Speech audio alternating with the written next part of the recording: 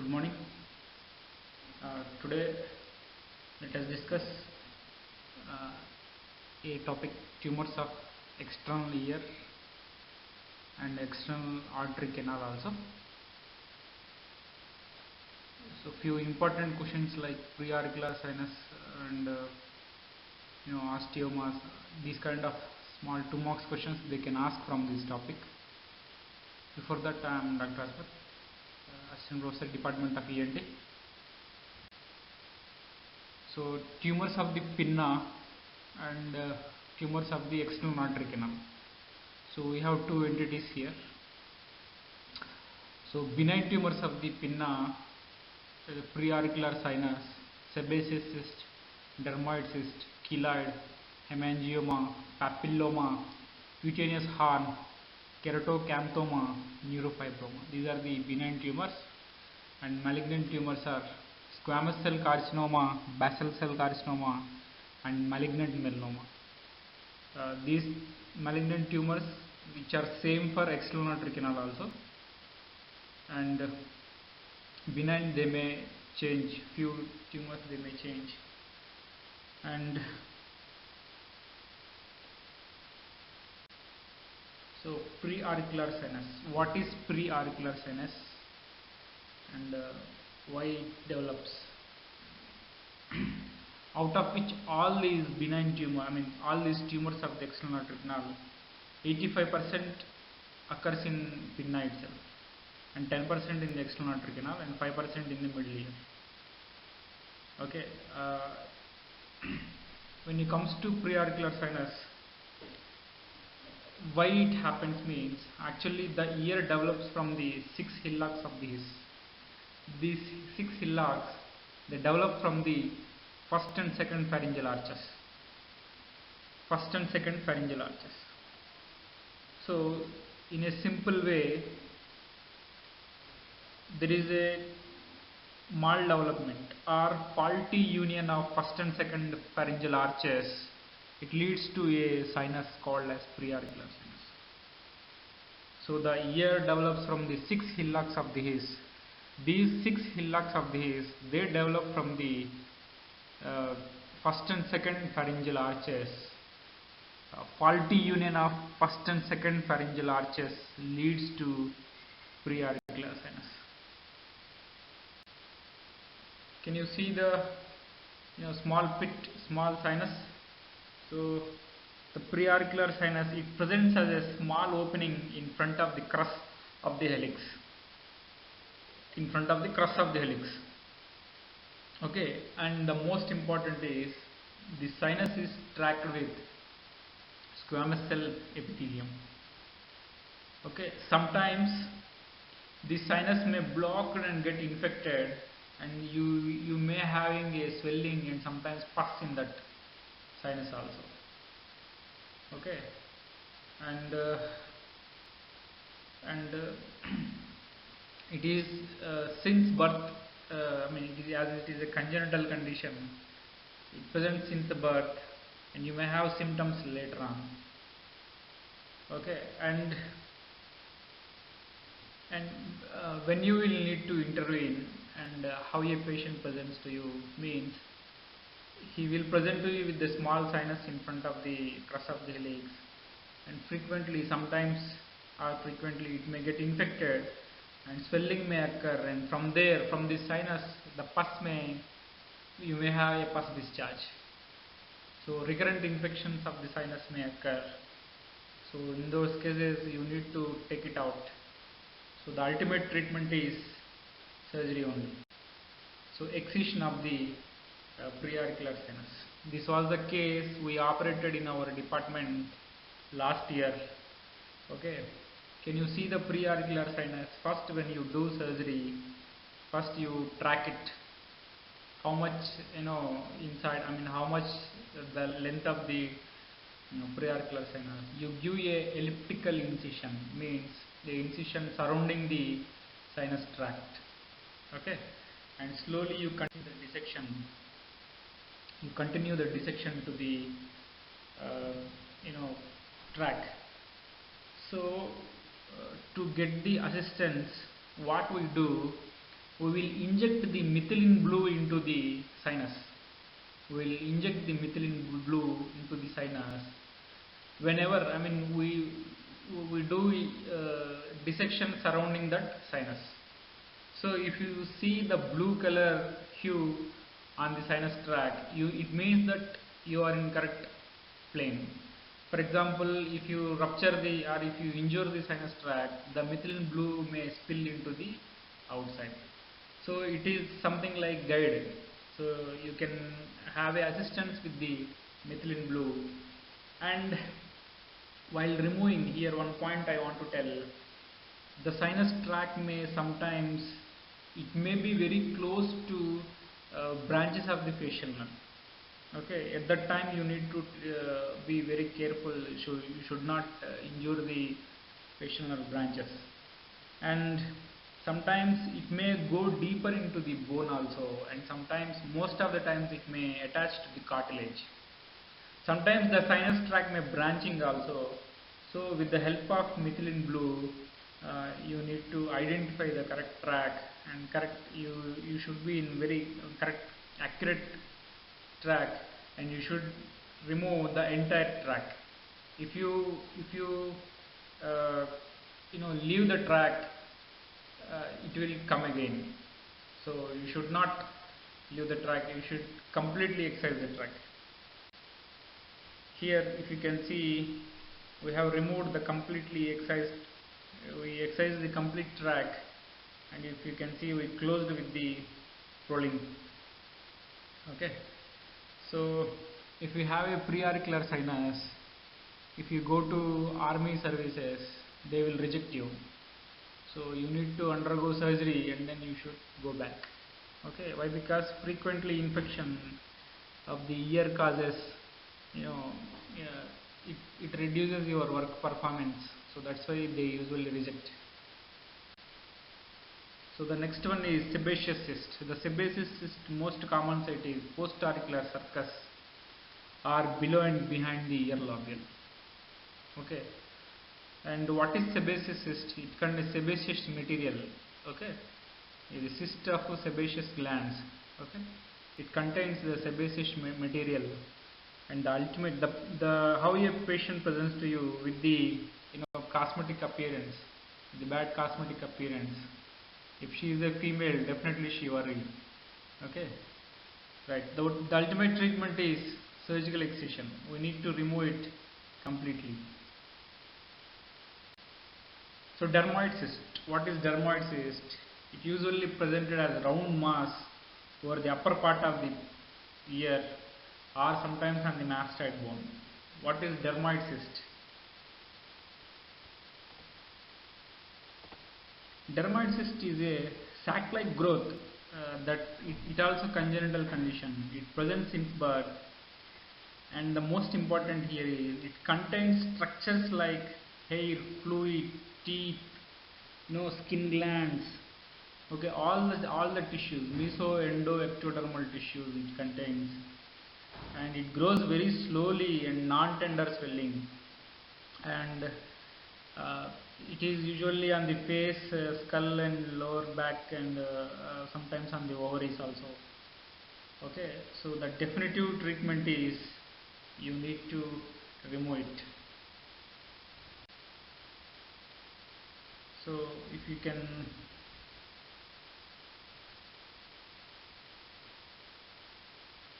can see here, get the complete excision, and they have closed. What is keloid? Keloid, it follows the trauma, and it may be due to your piercing of the lobules for the ornaments or any surgical incisions. There is a irregular growth, the epithelial growth occurred. Why keloid occurs means, actually a keloid means it is caused by the excessive collagen during the process of healing. Okay, accumulation of excessive collagen during the process of healing or epithelialization. The keloid, there is a basic difference between keloid and a hypertrophic scar. Means hypertrophic scar, it occurs within the limits of that scar only, but keloid, it is beyond the scar, beyond the its limits, it grows. Okay, so it may be followed by a piercing, ear piercings, and your ornamentations. Okay, and few people, they are genetically susceptible to these keloids and predisposed to these, and black rays are more common. Okay, these keloid, it presents as a pedunculated mass. Okay, pedunculated tumor. Here the problem is, the ultimate treatment is removal only, but it has highly recurrent, it is very recurrent. So that's why there are so many controversies are there in the treatment. What they will do, they will give intralesional steroids, triamcinolone steroids into the lesion. So with the period of time, 6 weeks to 8 weeks, the keloid will reduce in size. Sometimes they will remove the keloid surgically. Later on, they will give steroids. Sometimes they will remove the tumor and they will give low dose, post-operative radiation, like 300 rads radiation they will give, and so that to prevent the recurrence. Okay. Hemangioma. What is hemangioma? Again, these are the congenital tumors. These hemangiomas, and the hemangioma, the name itself, these are the benign tumors of blood vessels. These are two types. One is capillary hemangioma. The second one is cavernous hemangioma. Capillary hemangioma is mass of capillary sized blood vessels. They occur over the tumor like a port wine stain. Okay, and the problem is they are congenital and they will be present throughout the life. And cavernous hemangioma, they are also called strawberry tumors, and they have endothelial lined blood vessels, and they rapidly increases in size. Later on they will regress. Okay, and generally cavernous hemangiomas, you need not to treat it, they will regress by itself. But capillary hemangiomas, they will present entire life, and the ultimate treatment is with the laser you can remove. Generally these are tumors of blood vessels, so they may bleed very copiously, so you need to remove it with the CO2 laser. Papilloma means it is a tufted growth. Okay, tuft, TUFTED, tuft growth, and they are they have so much elevations over the growth, like they are warts. Papilloma means, in a simple word, they are wart. I think you might have seen so many cases of warts, and most commonly these are viral origin. Most common virus is human papilloma virus. Okay, and few virus like papilloma 18 and papilloma 16, they may predispose to malignancy also, squamous cell carcinoma also, but generally these are all benign lesions, and very less number they will convert into malignancy, and the ultimate treatment is you need to take out the surgical excision or curettage with cauterise. And now the new modalities like cryosurgery. With cryo, with very low temperatures like -20, -18 temperatures, you can thaw these tissues and you can remove without any injury to surrounding tissues. A cutaneous horn. Cutaneous horn is a form of papilloma with heaping up of the keratin, of the keratin, and it presents as a horn-shaped tumor. It is most commonly seen on the rim of the helix, and treatment is generally surgical excision. You need to remove it. And how a patient presents with the cosmetic intention, they will present to you. What is keratocanthoma? Again, it is a benign tumor, and you may doubt it is a malignancy. Why? Because it may have a rising nodule like a, with a central, crater. The blackening, you can see the blackening in the center, you know and it grows very rapidly, and if you remove, it can heal by scab. The ultimate surgical treatment is ultimate treatment is surgery only. Neurofibroma, and it presents as a non-tender swelling, firm cell swelling, and generally the neurofibroma is associated with von Reichelhausen disease. And again, patient presents to you with the intention of cosmetic things, and the ultimate treatment is surgery, surgical excision only. So when you come to tumors of the external artery canal, till now we have seen the tumors on the pinna. Now we are dealing with tumors of the external artery canal. Osteoma, they may ask as 2 marks question.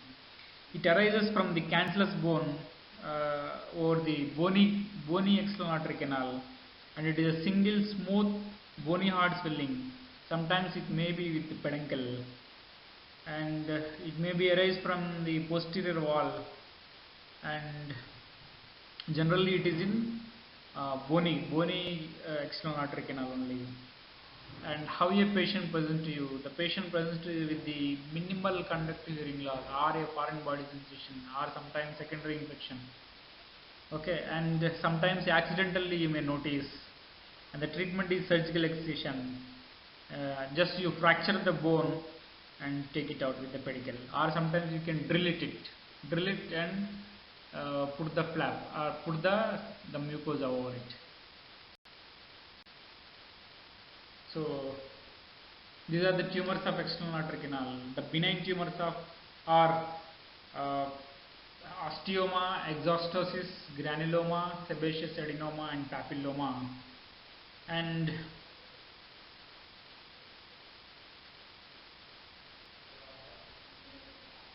again, malignant tumors are the same for pinna and external artery canal. The squamous cell carcinoma, basal cell carcinoma, malignant ceruminoma, and malignant melanoma. These are the benign and malignant tumors. What is exostosis? This is very important 2 marks question for you. They are multiple, bilateral, and often present as smooth, sessile, bony swellings in the deeper part of the meatus. They are all multiple.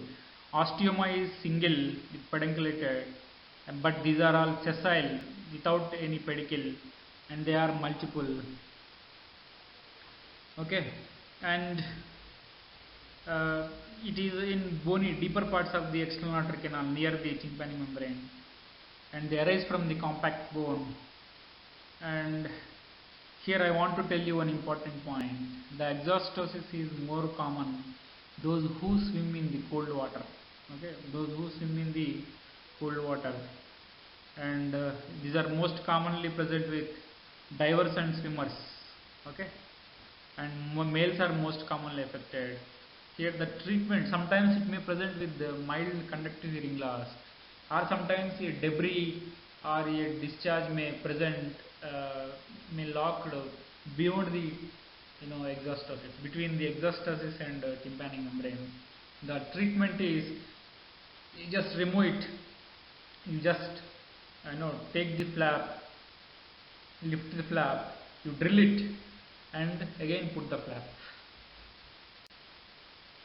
And next is ceruminoma. Ceruminoma is a tumor of modified sweat glands which secretes the cerumen. So it is a tumor of the cerumen glands. That's why it is called as ceruminoma.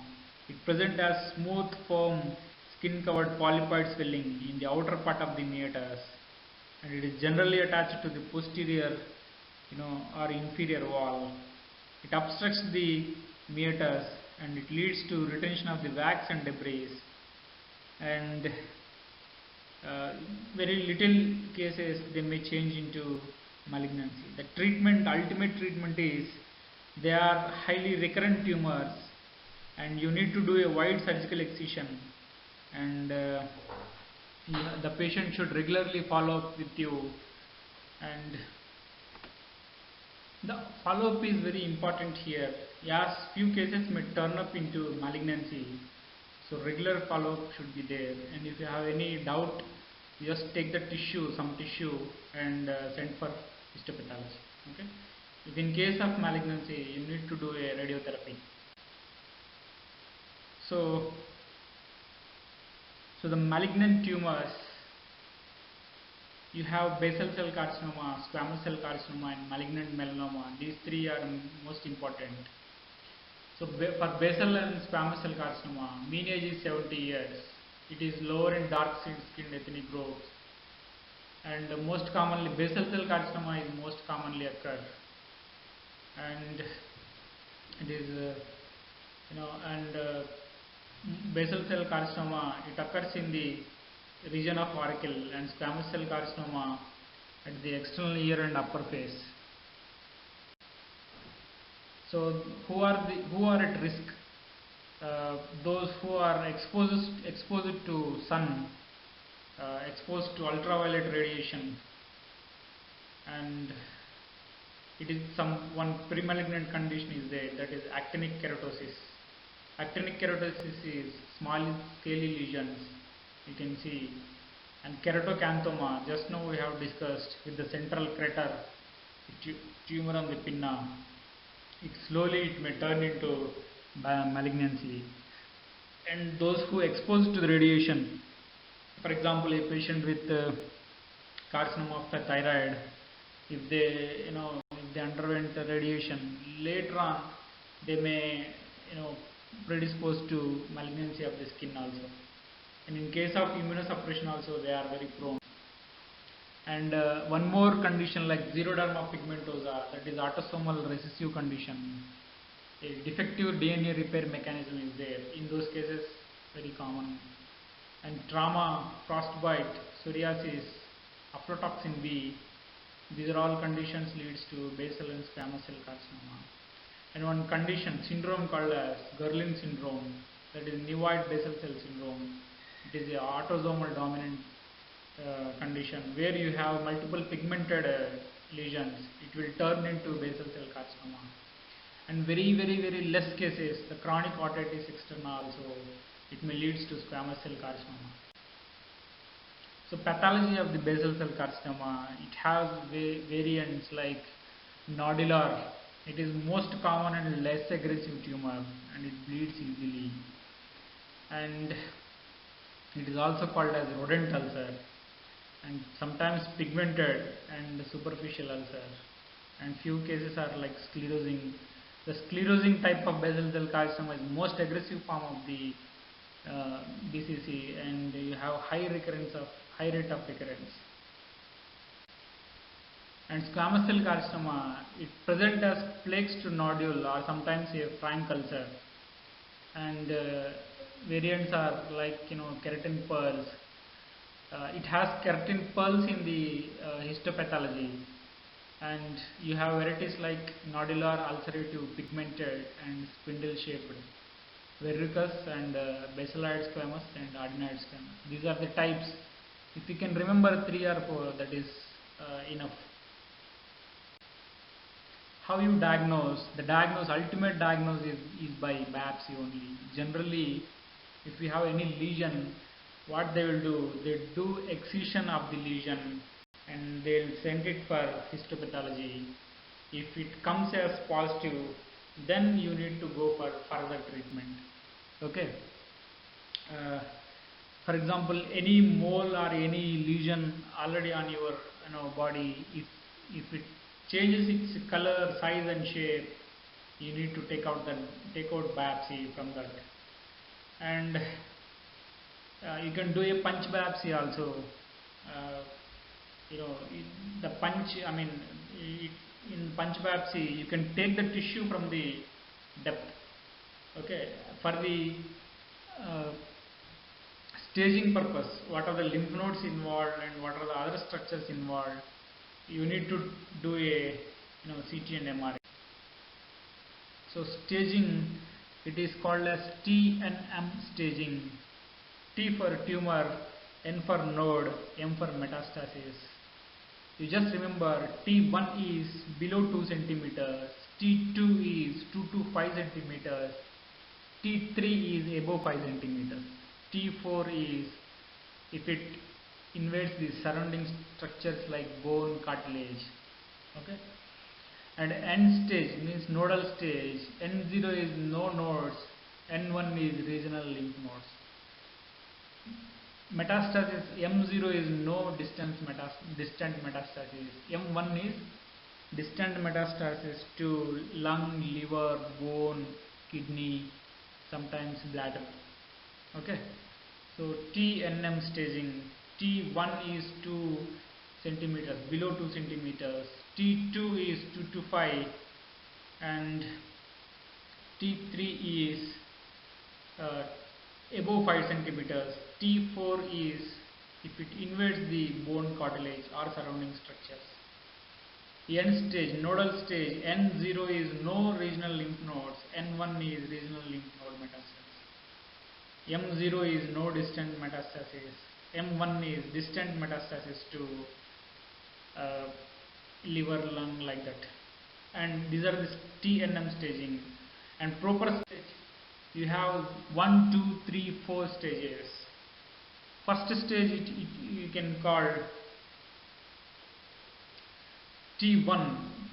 T1 you can call it as means that if the tumor is below 2 centimeters and without any lymph nodes, without any distant metastasis, it is called as stage 1. Stage 2, a tumor with 2 to 5 centimeters or above 5 centimeters without nodal and without distant metastasis.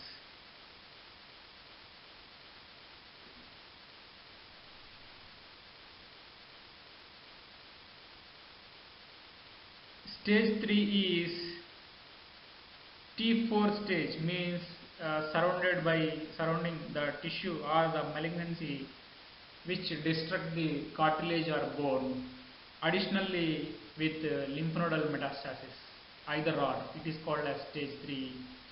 Stage 4 is any T stage, any nodal stage, but if it goes to liver, lung, bone, bladder, breast, if they go to there, and it is called as stage 4. In stage 4 condition, the ultimate treatment is only to relieve the symptoms, but you cannot cure the disease. So surgical excision is the most common form of treatment, and you need to remove it with the appropriate margin. So for basal cell carcinoma, for 8 mm tumor, you need to go for below 3 centimeter margin, and 1 to 5 centimeters you need to go for above 3 centimeter margin. 2 to 3 mm is for below 1 centimeter tumor. These are margins for how much margin from the normal tissue. For example, I have 2 centimeter tumor. How much margin you need to remove? So this classification will tell. Okay. So the ultimate goal in the basal cell carcinoma is the completeness of the disease.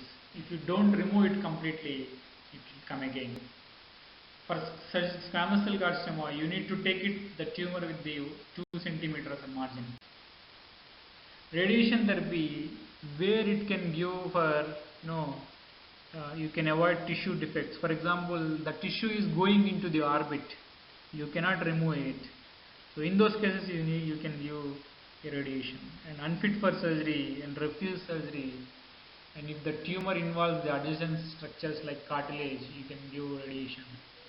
And disadvantage is multiple treatment, multiple settings you need to require, and it is costly when compared to surgery, and risk of radiation to other tissues. Okay, generally the regimen is 2 gyre for very small tumor, 30 to 40 gyre radiation for 2 to 4 centimeter tumor, and 60 to 65 gyre for large tumors. So non-surgical treatment and non-radiation treatment, like you can apply topical 5-fluorouracil. These are the immunomodulators and anti-cancerous treatments. and intralesional interferon alpha and photodynamic therapy they can cure. For recurrent tumors, and they are very difficult to treat and aggressive tumors, and generally treatment is palliative. For the treatment of neck disease, again you need to do a neck dissection or sometimes radiation.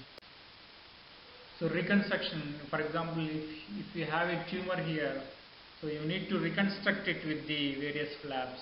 Directly you can close, or sometimes you need to take the local flap and apply over here. See this, how they are, just for your idea I have submitted these diagrams. You can go through all these, see in this diagram they have taken some tissue from the adjacent area, and this one is closed primarily. The wound is closed with the flap. Here also a postauricular flap has taken, and they applied over the the deficient part. So malignant melanoma, this is very important.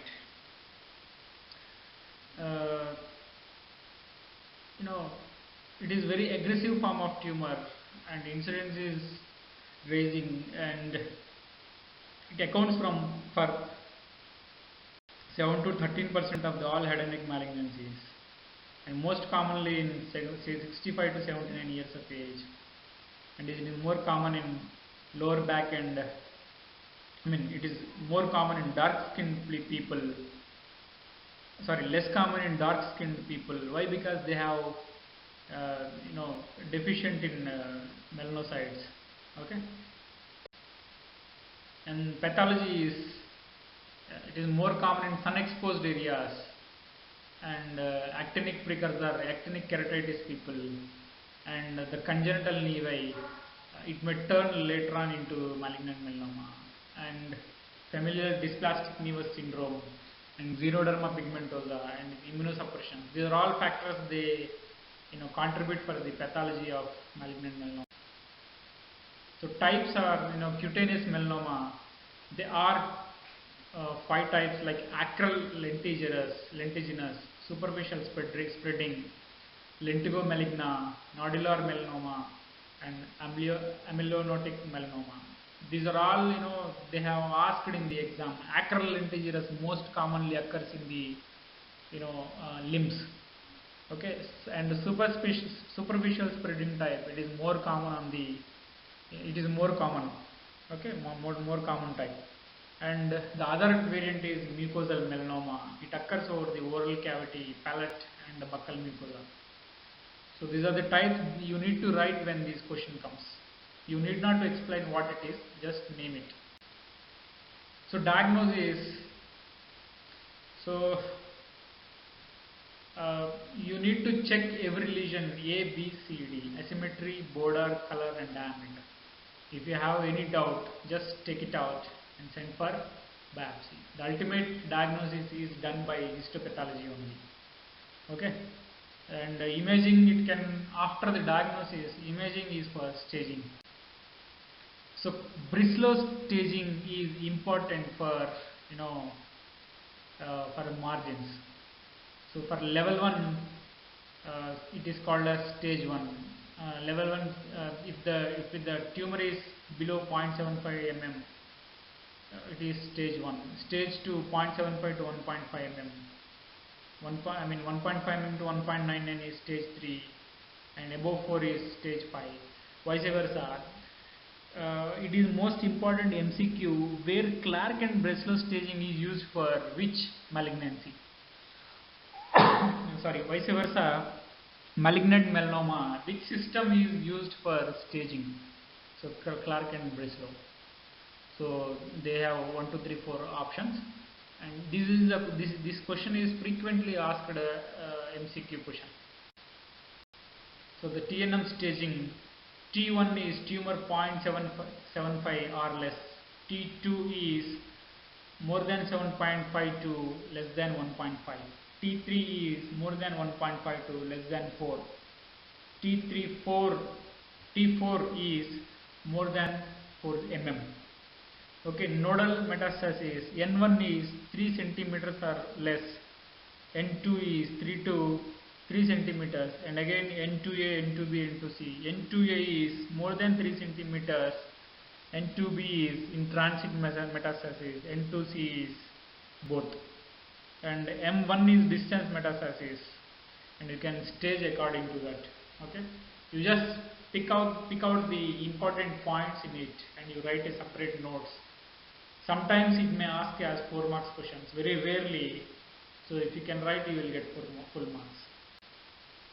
So treatment is that it depends upon tumor thickness, and 1 centimeter margin is required for 1 mm thickness, and 2 centimeter margin is required for the larger thickness. And Mohs surgery, there is one surgery called as Mohs, just you remember the name, and you have high cure rate. The Mohs surgery is for malignant melanoma. This is again an important MCQ question. And malignant melanoma, please remember that it is radio resistant tumor. So the radiation it won't be helpful. So you need to go for surgery only. Other tumors in the skin, like Merkel cell carcinoma, and it is one of the most aggressive tumor and high recurrence, and the metastasis, distance metastasis rate is very high, and it is a neuroendocrine tumor from the pleuropeptide cells, and it is rapidly growing nodular tumor. The surgery is the wide excision you need to do, and it is radio sensitive tumor. You can take it out with radiation. So temporal bone tumors, just I will outline it. So this is a classification of temporal bone tumors like cutaneous neoplasms like squamous cell carcinoma, basal cell carcinoma, and malignant melanoma, and glandular tumors like ceruminoma, chondroma, pleomorphic adenoma, adenoid cystic carcinoma. This adenoid cystic carcinoma, it invades perineural invasion, and in the course of the disease, early it will invade the facial nerve. The patient presents to you with the facial nerve palsy. So this is very important MCQ again. Which tumor invades the facial nerve? That is adenoid cystic carcinoma. And medullary adenoma, endolymphatic sac tumors. Vascular tumors are hemangioma, hemangiopericytoma. Again it is a malignant tumor. Leukemia, lymphoma, and plasmacytoma, and Langerhans cell histiocytosis. Paragangliomas, last class we discussed about glomus tympanicum, glomus jugulare, and glomus vagale. And bony tumors are osteomas, secondary tumors, rhabdomyosarcoma, chondrosarcoma, Ewing sarcoma, and osteogenic sarcoma. This rhabdomyosarcoma is most common malignant tumor of the bones in children age group, child age group. Neural schwannomas, they will occur from the 5th, 7th, 8th, 9th, and 10th cranial nerves, and meningiomas. And developmental and congenital tumors like dermoid, teratoma, and choriostoma. You just remember 1 or 2 tumors from these headings. Okay, these are just I outlined the same. The treatment is surgical treatment followed by radiotherapy, and sometimes you need to take out the entire temporal bone, that is radical mastectomy and temporal bone resection. And in extensive surgery where you need to take out the entire temporal bone. See, this is a tumor where with the pinna and you have removed the entire temporal bone. You just, if the question comes, generally it is very rare question, the temporal bone tumors. If it comes, you need to put that list. Okay.